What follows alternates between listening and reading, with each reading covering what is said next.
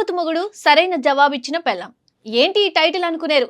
అదేం లేదు, నిన్న రిలీజ్ అయిన తరుణ్ భాస్కర్, ఈషా రెబ్బా ఓం శాంతి శాంతి శాంతి సినిమా ట్రైలర్ గురించే మాట్లాడుకుంటున్నాం. ఇప్పుడు స్టార్టింగ్ లో పెళ్లి చూపులు, పెళ్లి తర్వాత ఏం జరిగింది అనేదే ఈ స్టోరీ.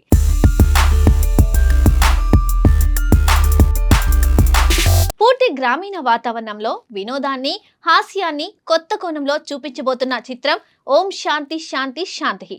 తరుణ్ భాస్కర్, ఈషా రెబ్బా ప్రధాన పాత్రలో నటించిన ఈ సినిమా దర్శకుడిగా ఏఆర్ సజీవ్ కు తొలి ప్రయత్నం కావడం విశేషం. సినిమా విడుదలకు సమయం దగ్గర పడుతున్న నేపథ్యంలో తాజాగా ఈ మూవీ ట్రైలర్ ను విడుదల చేశారు. ఈ ట్రైలర్ ను విజయ్ దేవరకొండ రిలీజ్ చేయడం సినిమాపై మరింత ఆసక్తిని పెంచింది.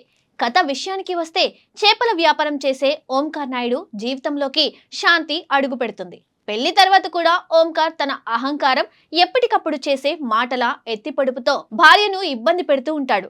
భర్త ప్రవర్తనతో విసిగిపోయిన శాంతి చివరకు తన సహనానికి హద్దులు దాటినప్పుడు ఎదురు తిరుగుతుంది.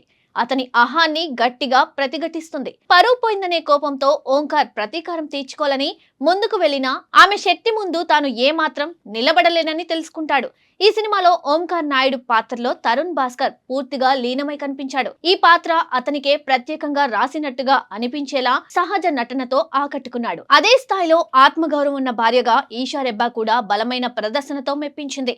ఇక బ్రహ్మాజీ మరోసారి తన టైమింగ్ తో నవ్వులు పూయిస్తూ సినిమాలో ప్రత్యేక ఆకర్షణగా నిలిచాడు.